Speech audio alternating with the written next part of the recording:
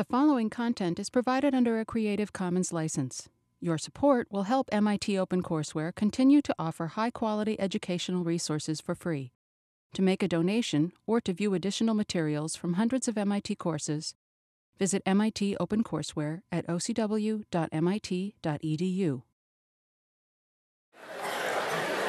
Okay, so far we've learned about partial derivatives and how to use them to find minima and maxima of functions of two variables or several variables. And now we're going to try to study more in detail how functions of several variables behave, how to compute their variations, how to estimate their variation in arbitrary directions. And so for that, we're going to need some more tools actually to study these things. So more tools to study functions. And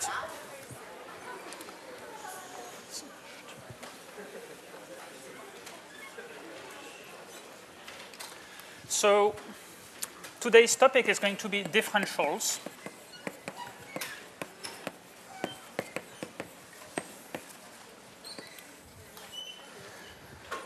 And just to motivate that, let me remind you about one trick that you probably know from single variable calculus, namely implicit differentiation.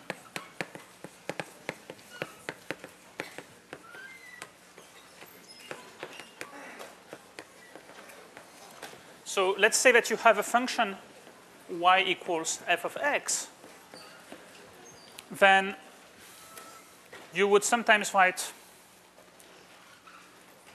dy equals f prime of x times dx. And then maybe you would, excuse me, can you please take a seat and sit down? That would be better. Thank you. So, so we use implicit differentiation to actually relate infinitesimal changes in y with infinitesimal changes in x. And one thing we can do with that, for example, is actually figure out the rate of change dy by dx, but also the reciprocal dx by dy. And so, for example,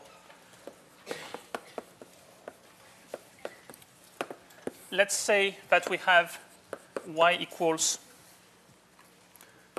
inverse sine of x. Then we can write x equals sine of y.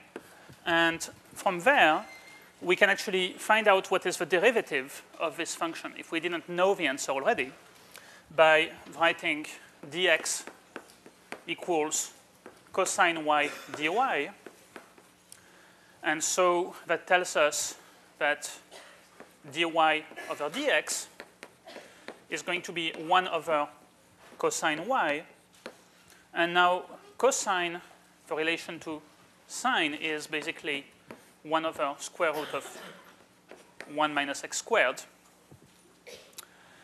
And that's how you find the formula for the derivative of the inverse sine function.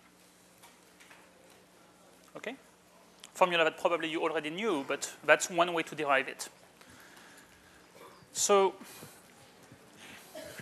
now we are going to use also these kinds of notations, dx, dy, and so on, but use them for functions of several variables. And of course, we'll have to learn what are the rules of manipulation and what we can do with them. So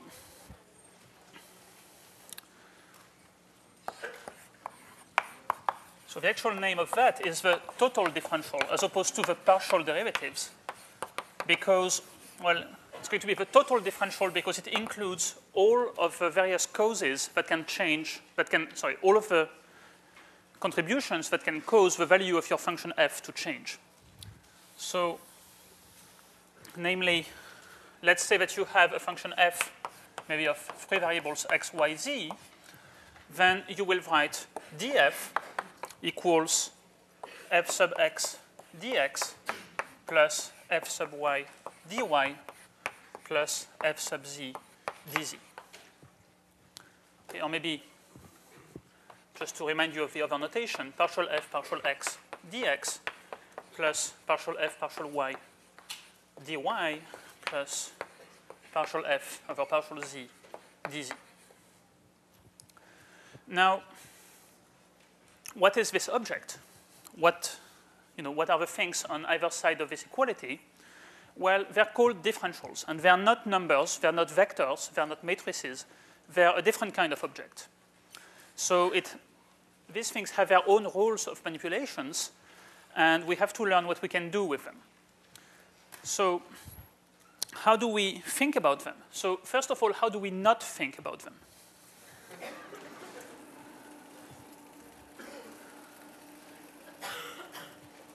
Okay, so here's an important pitfall to avoid. So important.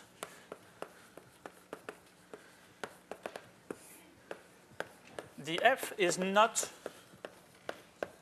the same thing as delta f. Okay, so that thing is meant to be a number. It's going to be a number once you have a small variation of x, a small variation of y, a small variation of z. These are numbers. Delta x, delta y, delta z are actual numbers, and this becomes a number. This guy actually is not a number. You cannot give it a particular value. All you can do with a differential is express it in terms of other differentials. So in fact, this dx, dy, and dz, well, they're mostly symbols out there, but if you want to think about them, they're the differentials of x, y, and z. So in fact, you can think of these differentials as placeholders where you will put other things. So of course, they represent, there's this idea of changes in x, y, z, and f.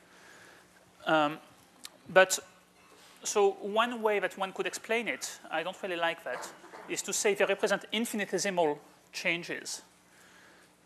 Another way to say it, and I think that's probably closer to the truth, is that these things are somehow placeholders to put values and get a tangent approximation. So, for example, if I do replace these symbols by delta x, delta y, and delta z numbers, then I will actually get a numerical quantity, and that will be an approximation formula for delta f. It will be the linear approximation, or the tangent plane approximation. So what we can do, well, so let me start first with maybe something even before that. So the first thing that it does is it can encode how changes in x, y, z affect the value of f. I would say that's the most general answer to what is this formula, what are these differentials. It's a relation between x, y, z, and f. And in particular, so this is a placeholder for small variations.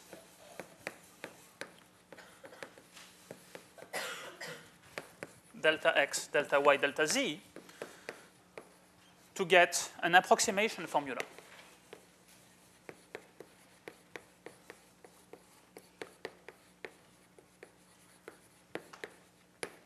Which is delta f is approximately equal to f sub x delta x plus fy delta y plus fz delta z. So it's getting cramped, but I'm sure you know what's going here. So, and observe how this one is actually equal, while that one is approximately equal. So they're really not the same. Another thing that the notation suggests we can do, and I claim we can do, is divide everything by some variable that everybody depends on. So say, for example, that x, y, and z actually depend on some parameter t. Then they will vary at a certain rate, dx dt, dy dt, dz dt. And what the differential will tell us, then, is the rate of change of f as a function of t when you plug in these values of x, y, z. You will get df dt by dividing everything by dt in here.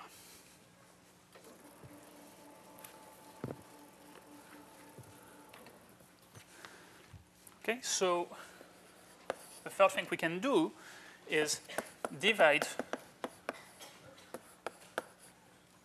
by, say, something like dt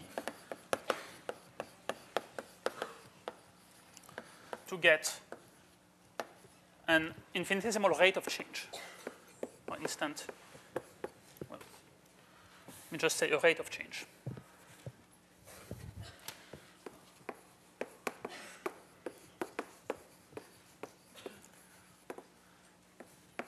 Okay, so df dt equals f sub x dx dt plus f sub y dy dt plus f sub z dz dt. And that corresponds to the situation where x is a function of t, y is a function of t, and z is a function of t. Then that means you can plug in these values into f to get, well, the value of f will depend on t, and then you can find the rate of change with t of the value of f. Okay? So these are the basic rules. And this is known as the chain rule. It's one instance of the chain rule, which tells you when you have a function that depends on something and that something in turn depends on something else, how to find the rate of change of a function on the new variable in terms of the derivatives of the function and also the dependence between the various variables. Okay, any questions so far? No?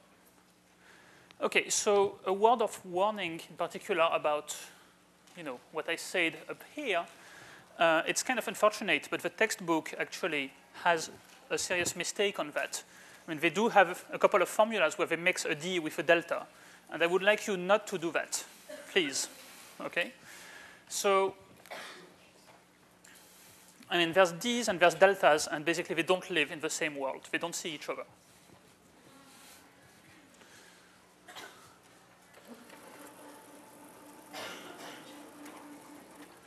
The textbook is lying to you.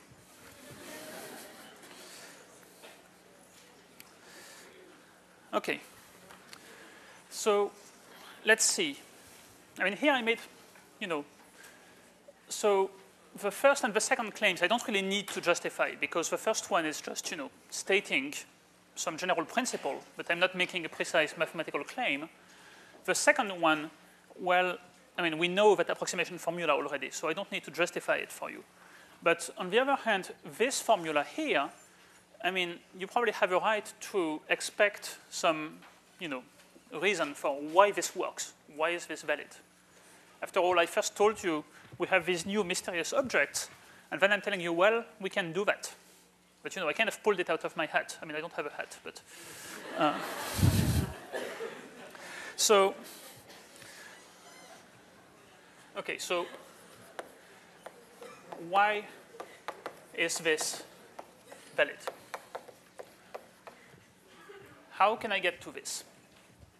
So here's a first attempt at justifying how to get there. Okay, so let's see. Well, we said df is f sub x dx plus f sub y dy plus f sub z dz. But we know, well, if x is a function of t, then dx is x prime of t dt, or dx dt dt, as you prefer. Okay? dy is y prime of t dt. dz is z prime of t dt. So if we plug these into that formula, we'll get that df is f sub x times x prime of t dt plus f sub y y prime of t dt plus f sub z, z prime of t dt. And now, well, if I have a relation between df and dt, see, I got df equals something times dt. That means the rate of change of f with respect to t should be that coefficient. So if I divide by dt, then I get the formula that's, well, I get the chain rule.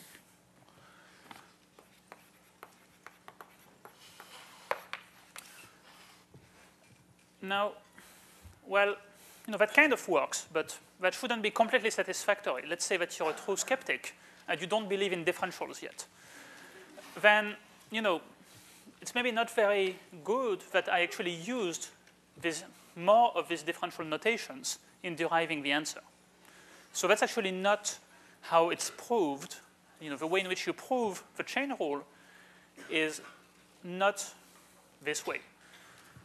Because we shouldn't have too much trust in differentials just yet. I mean, at the end of today's lecture, yes, probably we should believe in them. But so far, we should still be a little bit, reluctant to believe, this kind of strange objects telling us weird things. So here's a better way to think about it. So one thing that we have trust in so far are approximation formulas. At least we should have trust in them. So we should believe that if we change x a little bit, if we change y a little bit,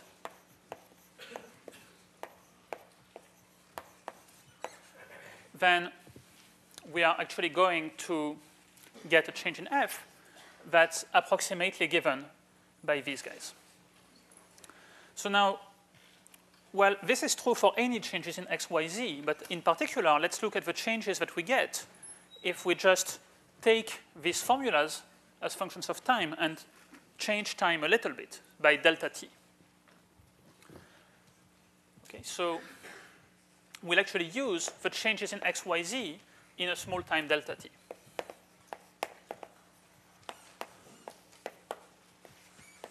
And let's divide everybody by delta t.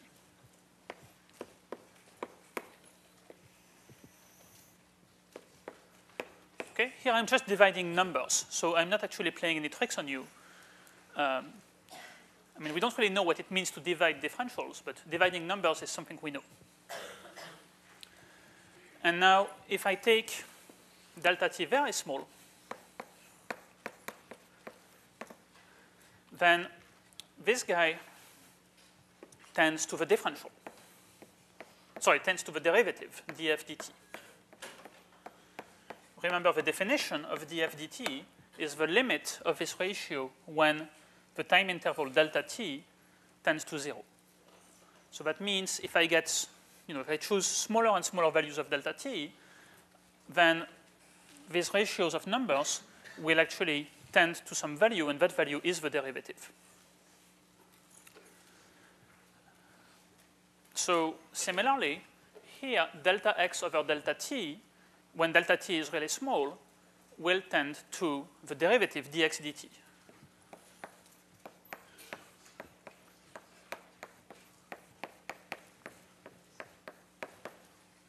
And similarly for the others. So,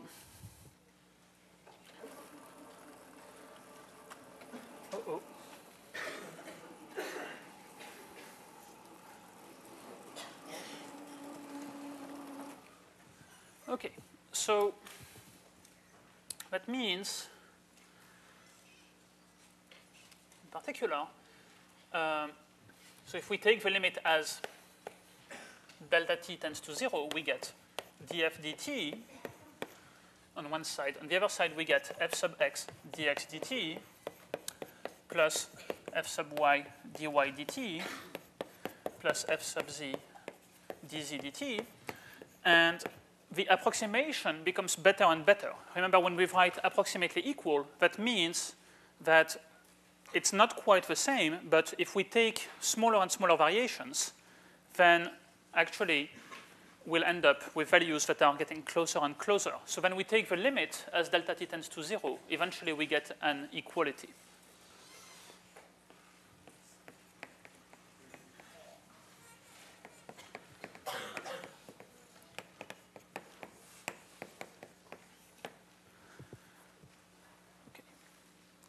I mean, mathematicians have more complicated words to justify this statement, but I will spare them for now, and you will see about them when you take analysis if you go on in that direction.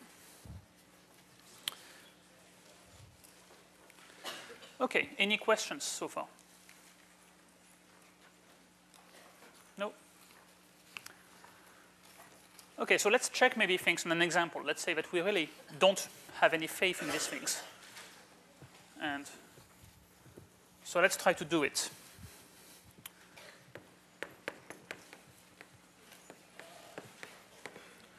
So let's say I give you a function that's x squared y plus z. And let's say that maybe x will be t, y will be e to the t, and z will be sine t.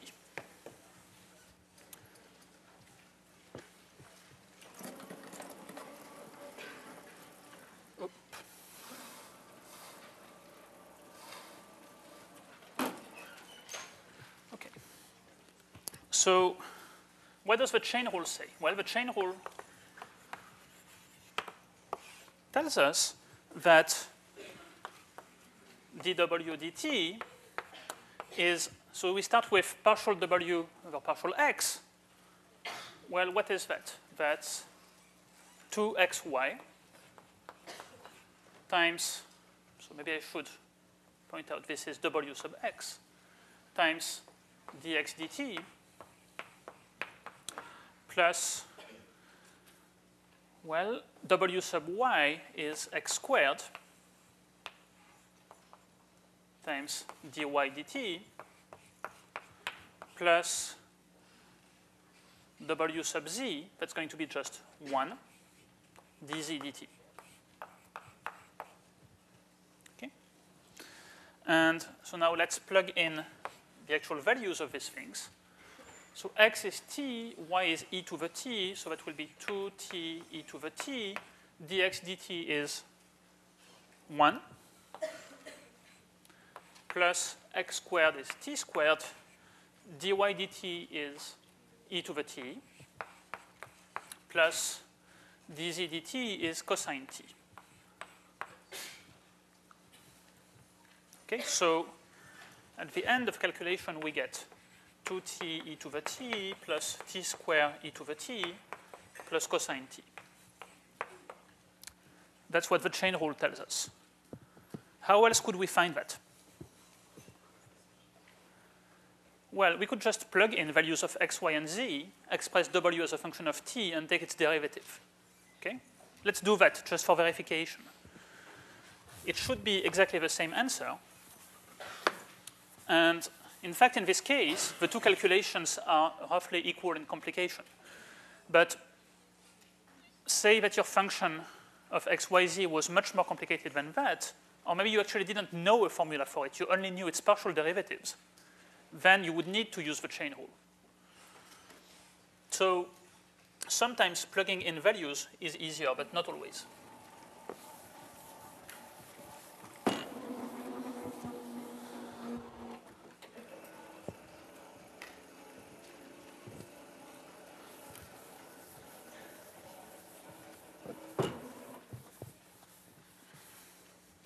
So let's just check quickly. So the other method would be to substitute. So w as a function of t. Well, so remember w was it x squared y plus z. So as a function of t, well, x was t. So you get t squared, y is e to the t, plus z was sine t. So dw dt, we know how to take the derivative using single variable calculus. Well, we should know. If we don't know, then we should take a look at 1801 again. So by the product rule, that will be derivative of t squared is 2t times e to the t plus t squared times the derivative of e to the t is e to the t plus cosine t. Okay? And that's the same answer as over there. So I ended up writing up, maybe I wrote slightly more here, but actually the amount of calculations really was pretty much the same. Okay, any questions about that? Yes? What kind of object is W? So, well, I was intending, you can think of W as just another variable that's given as a function of x, y, and z, for example. So you have a function of x, y, z defined by this formula. And I call it W, I call its value W, so that then I can substitute t instead of x, y, z. So W is, well, let's think of W as a function of three variables, okay? And then when I plug in the dependence of these three variables on t, then it becomes just a function of t.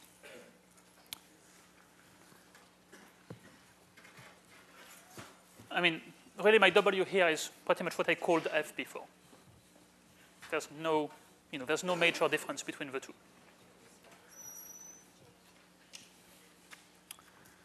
Okay, any other questions? No? Okay.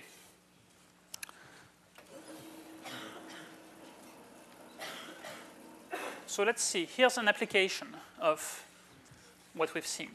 So let's say that you want to understand actually all these rules about taking derivatives in single variable calculus. So what I showed you at the beginning and then erased basically justifies how to take the derivative of a reciprocal function. And for that, you didn't need multivariable calculus. But let's try to justify the product rule, for example, for the derivative. So an application of this, actually, is to justify the product and quotient rules.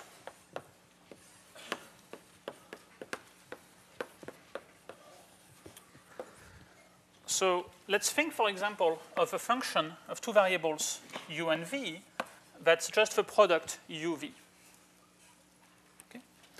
And let's say that u and v are actually functions of one variable t. Then, well, d by dt, df dt, so let's say d of uv over dt, is given by the chain rule applied to f. Right? This is df dt. So df dt should be f sub u du dt plus f sub v times dv dt. Right? But now, what is the partial of f with respect to u? It's v. So that's v du dt. And partial of f with respect to v is going to be just u.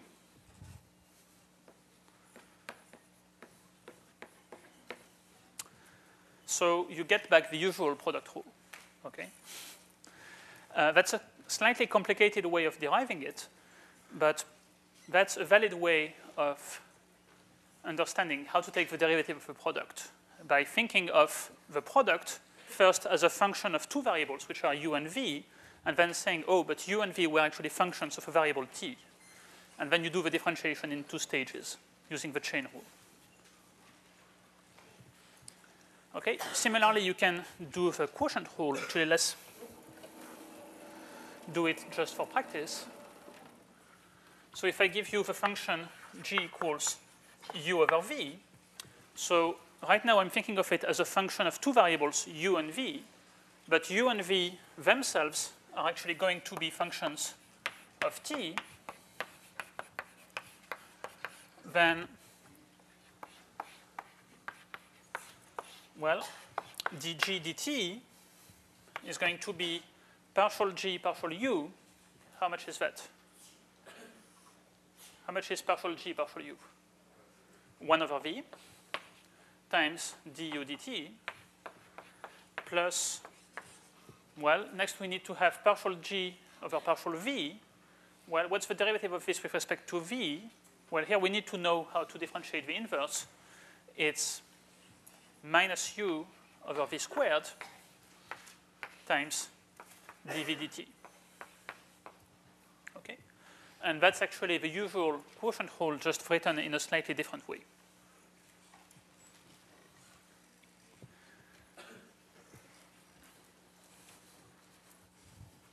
I mean, just in case you really want to see it, if you clear denominators to put the v squared, then you will see basically v, well, u prime times v minus v prime times u.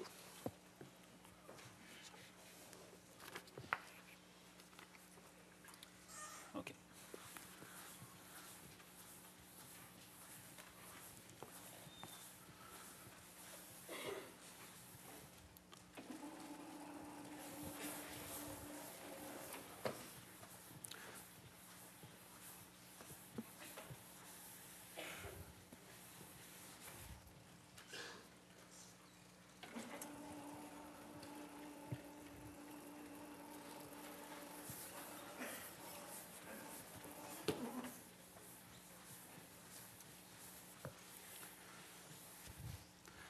Okay.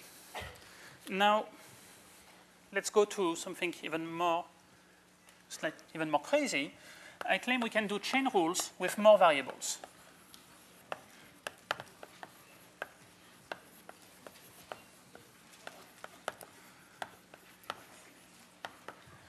So let's say that I have a quantity, let's call it w today for now. So let's say I have quantity w as a function of, say, two variables x and y. And so in the previous setup, x and y depended on some parameter t. But actually, let's now look at the case where x and y themselves are functions of several variables. Let's say of two more variables. Let's call them u and v.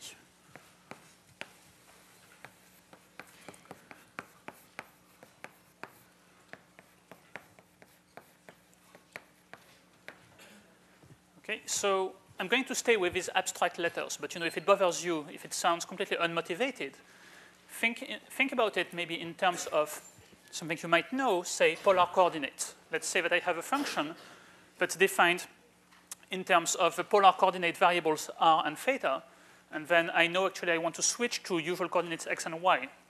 Or the other way around, I have a function of x and y, and I want to express it in terms of the polar coordinates r and theta. Then I would like to know maybe how the derivatives with respect to the various sets of variables are related to each other. Okay, so one way I could do it is, of course, to say, well, now if I plug the formula for x and the formula for y into the formula for f, then w becomes a function of u and v, and I can try to take its partial derivatives. If I have explicit formulas, well, that could work, but maybe the formulas are complicated. Typically, if I switch between rectangular and polar coordinates, there might be inverse trig. There might be maybe arctangent to express the polar angle in terms of x and y. And then I don't really want to actually substitute arctangents everywhere. Maybe I'd rather deal with the derivatives. So how do I do that? So the question is, what are partial w over partial u and partial w over partial v in terms of, so let's see, what do we need to know in order to understand that? Well, probably we should know how w depends on x and y. If we don't know that, then we're probably toast. Okay, so partial w, partial x, partial w, partial y should be required. What else should we know? Well, it would probably help to know how x and y depend on u and v. If we don't know that, then we don't really know how to do it either. So we need also, well, u sub x, sorry, the other way around, x sub u x sub v, y sub u, y sub v. So we have a lot of partials in there. Well, so let's see how we can do that. So let's start by writing dw.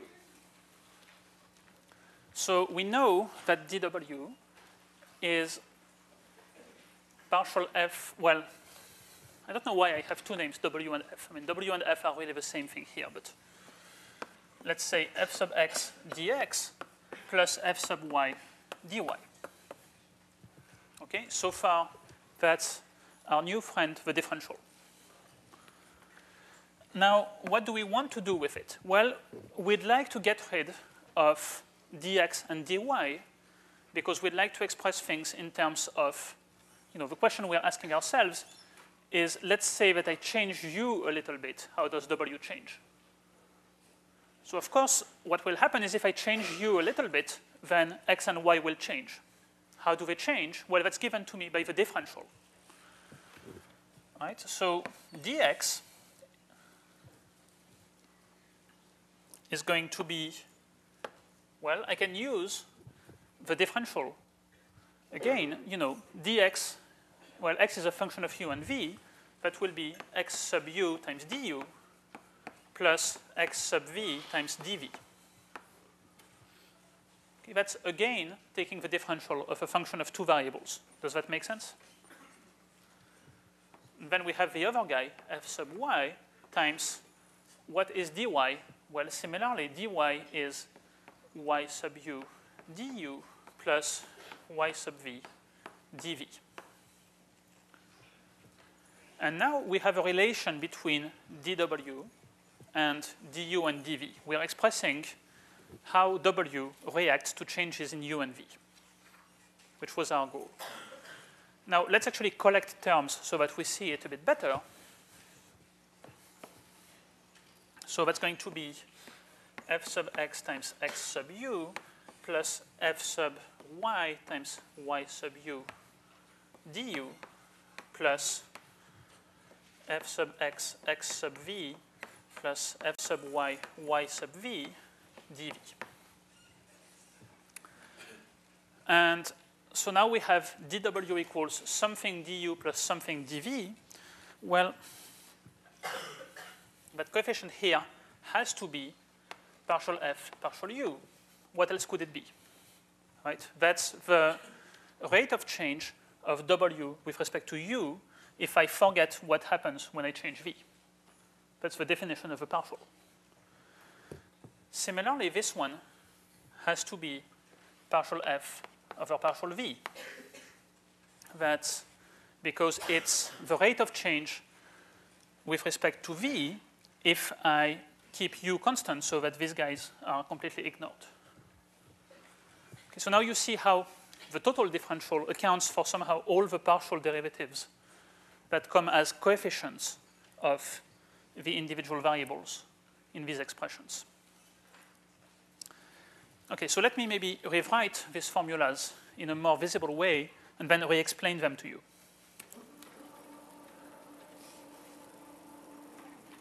Okay, so here's the chain rule for this situation with two intermediate variables and two variables that you express these in terms of. So in our setting, we get partial f over partial u equals partial f over partial x over partial u plus partial f over partial y times partial y over partial u. And the other one, same thing with v instead of u.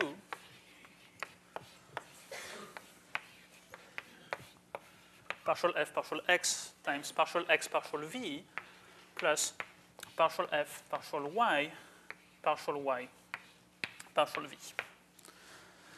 So I have to explain various things about these formulas because they look complicated, and actually they're not that complicated. So a couple of things to know. First thing, so how do we remember a formula like that? Well, that's easy. We want to know how f depends on u. Well, what does f depend on, actually? It depends on x and y. So we'll put partial f partial x and partial f partial y. Now, x and y, why are they here? Well, they're here because they actually depend on u as well. How does x depend on u? Well, the answer is partial x partial u. How does y depend on u? The answer is partial y partial u. So see, the structure of these formulas is simple. To find the partial of f with respect to some new variable, you use the partials with respect to the variables that f was initially defined in terms of x and y, and you multiply them by the partials of x and y in terms of the new variable that you want to look at, v here, and you sum these things together. Okay, so that's the structure of a formula. Why does it work? Well, let me explain it to you in a slightly different language. So this asks us, how does f change if I change u a little bit? Okay. Well, why would f change if u changes a little bit? Well, it would change because f actually depends on x and y depend on u. If I change u, how quickly does x change? Well, the answer is partial x partial u. And now, if I change x at this rate, how does that cause f to change? Well, the answer is partial f partial x times this guy. Well, at the same time, y is also changing. How fast is y changing if I change u? Well, at a rate of partial y partial u. But now, if I change y, how does f change? Well, the rate of change is partial f partial y. So the product is the effect of how u changes changing y and therefore changing f. Now, what happens in real life if I change u a little bit? Well, both x and y change at the same time. So how does f change? Well, it's the sum of the two effects. Okay, does that make sense? Good. Of course, if f depends on more variables, then you just have more terms in here. Okay, here's another thing that may be a little bit confusing. So what is tempting? Well, what's tempting here would be to simplify these formulas by removing these partial x's. So let's simplify by partial x. Let's simplify by partial y. We get partial f partial u equals partial f partial u plus partial f partial u. Something is not working properly. Okay? So why doesn't it work? Well, the answer is precisely because these are partial derivatives. These are not total derivatives. And so you cannot simplify them in that way. I mean, and that's actually the reason why we use this curly d rather than a straight d. It's to remind us, beware, there's these simplifications that we can do with straight d's that are not legal here. So somehow when you have a partial derivative, you must resist the urge of simplifying things.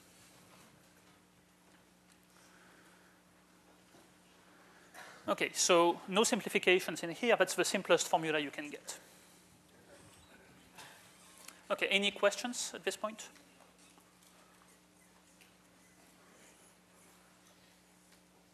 No? Yes?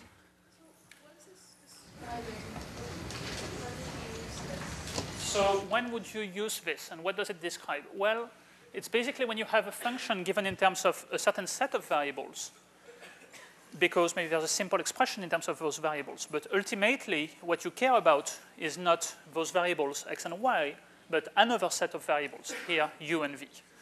So x and y are giving you, a nice formula for f, but actually the relevant variables for your problem are u and v. And you know how x and y are related to u and v. So of course, what you could do is you could plug the formulas, the way that we did substituting, but maybe that will give you very complicated expressions. And maybe it's actually easier to just work with the derivatives. So the important claim here is basically we don't need to know the actual formulas. All we need to know is the rates of changes. If we know all these rates of change, then we know how to take these derivatives without actually having to plug in values. Yes?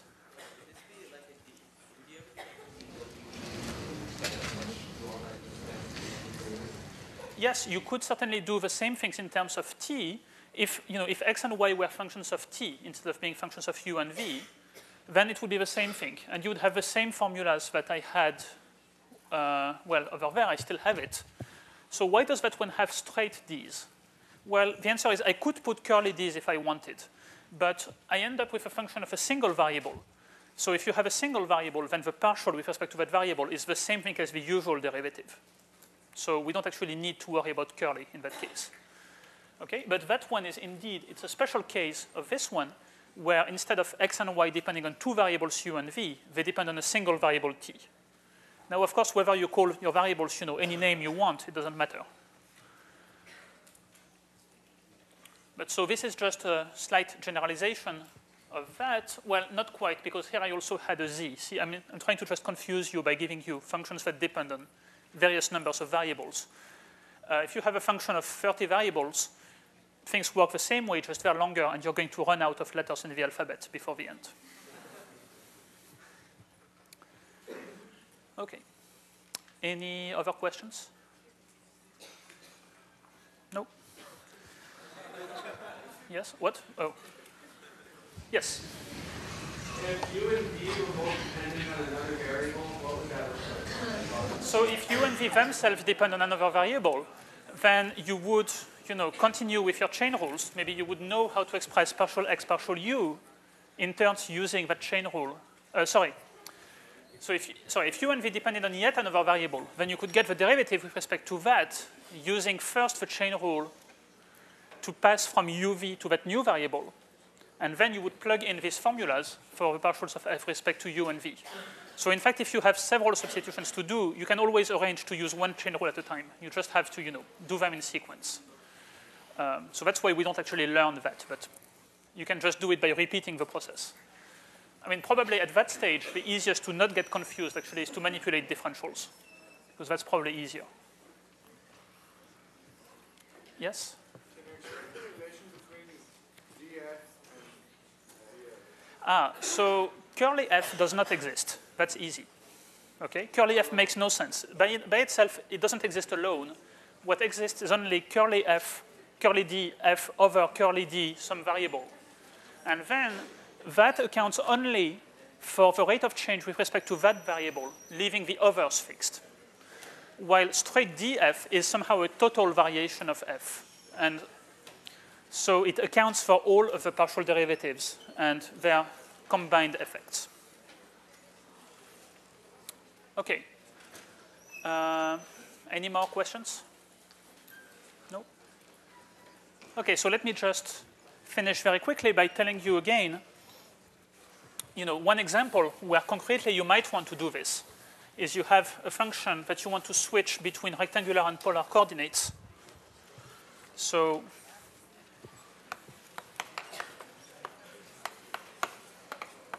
just to make things a little bit more concrete, so if you have polar coordinates,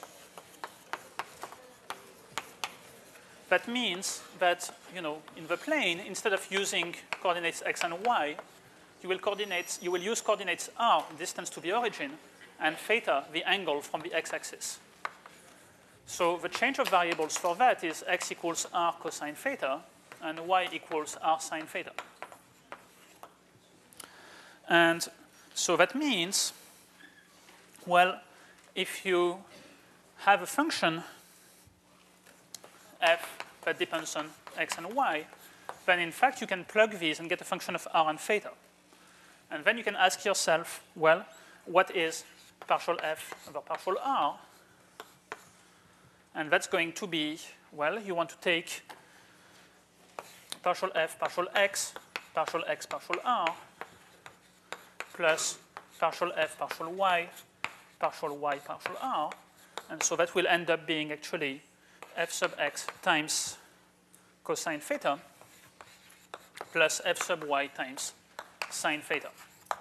And you can do the same thing to find partial f, partial theta.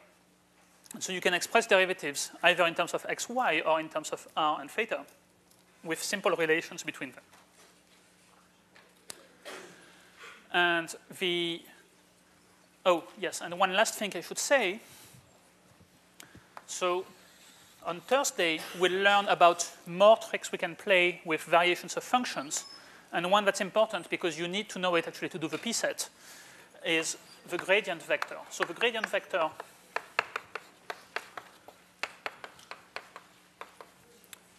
it's simply a vector. So you use this downward pointing triangle as the notation for the gradient. It's simply a vector whose components are the partial derivatives of the function. Okay, so it's, I mean, in a way, you can think of a differential as a way to package partial derivatives together into some weird object. Well, the gradient is also a way to package partials together. So we'll see on Thursday what it's good for, but some of the problems on the P set use it. So